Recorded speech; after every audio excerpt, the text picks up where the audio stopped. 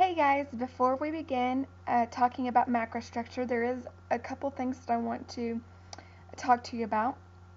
First off, I'm excited to see your topics. They're very exciting. There's a lot of things that I personally am excited to learn about. There's a few things that you're talking about that I already know about, so I'm really excited to hear your perspective on those things as well.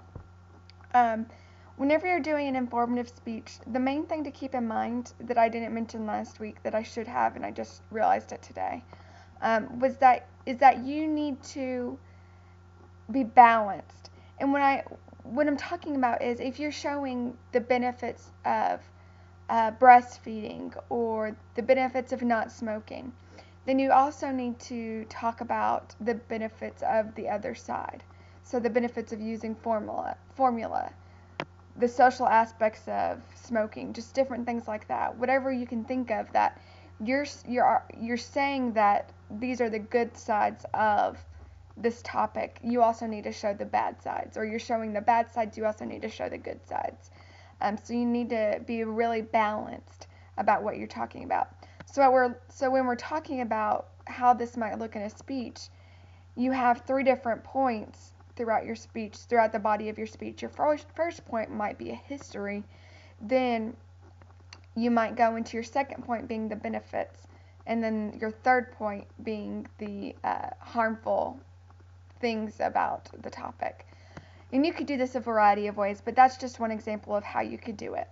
But you want to make sure to be really balanced because that helps your credibility, which makes us believe you. So now that we've done that, I'm going to go ahead and talk about macrostructure. If I look like I can't, like my eyes are glazed over or something, I took off my glasses because, as you can see, there's a big glare. And so I don't have contacts in. I cannot see very well. And so if I'm not looking at where I'm supposed to be looking, just bear with me because I didn't want to put contacts in today. So let's talk about macrostructure. When we're talking about macrostructure, that may be a word that you've never heard before, and that's just fine.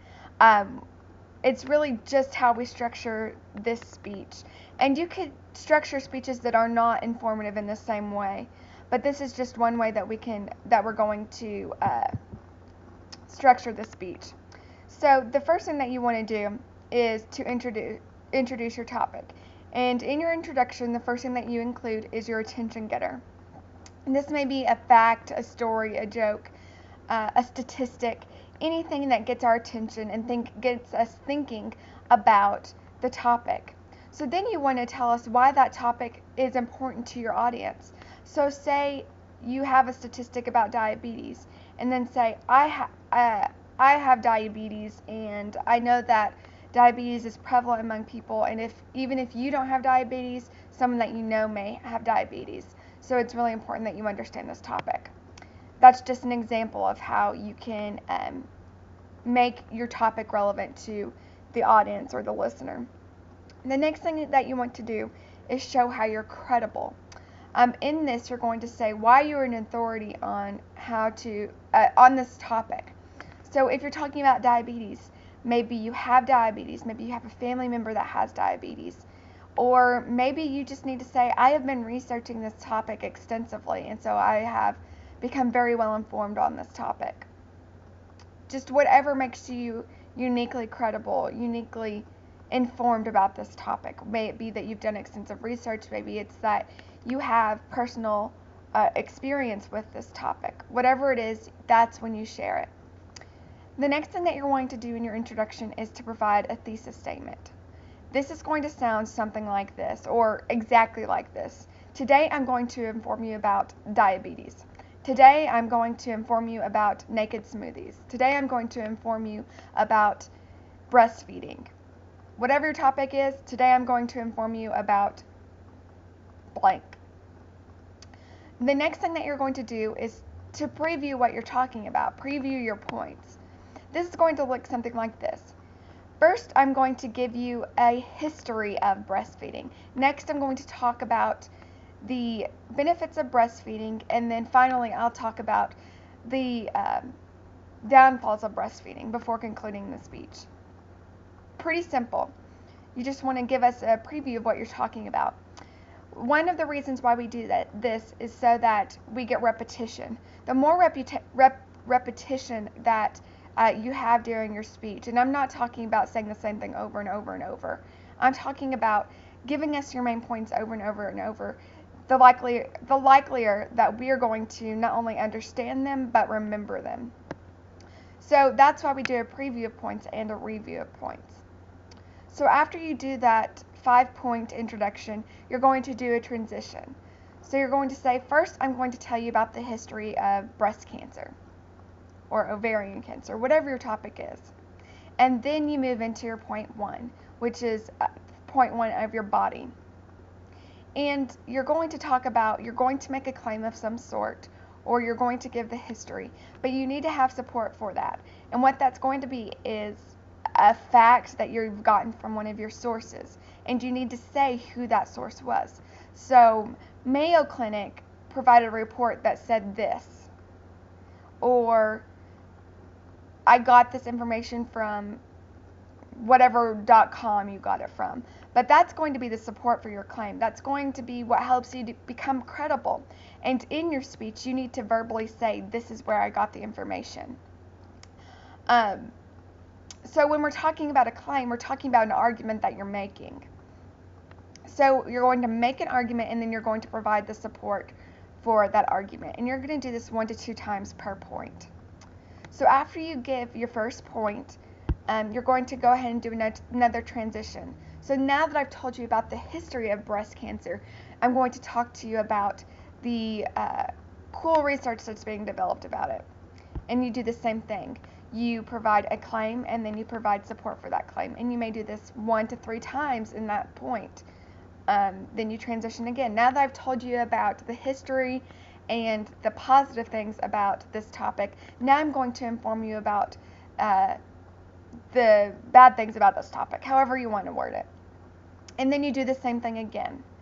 And then whenever you tie up your third point, you're going to go into your conclusion. So the first thing that you're going to do is you're going to restate your thesis. Today I have informed you about blah. I did this by talking about the history, providing the positives and the negatives. So now you can understand that whatever topic you start out with for your attention getter. That would be an example of the conclusion. You're going to restate your thesis. Today we've talked about blah. Then you're going to review your main points. We talked about this, this, and this. So that, clincher, you make a reference somehow to whatever you did to get our attention. So if you used a statistic, you can use another statistic that supports the attention getter statistic. If you used a story, you can maybe reveal a different aspect about the story that you gave us. If you told a joke, refer back to the joke and somehow, or tell another joke. Whatever you do in your introduction, it needs to mirror the conclusion.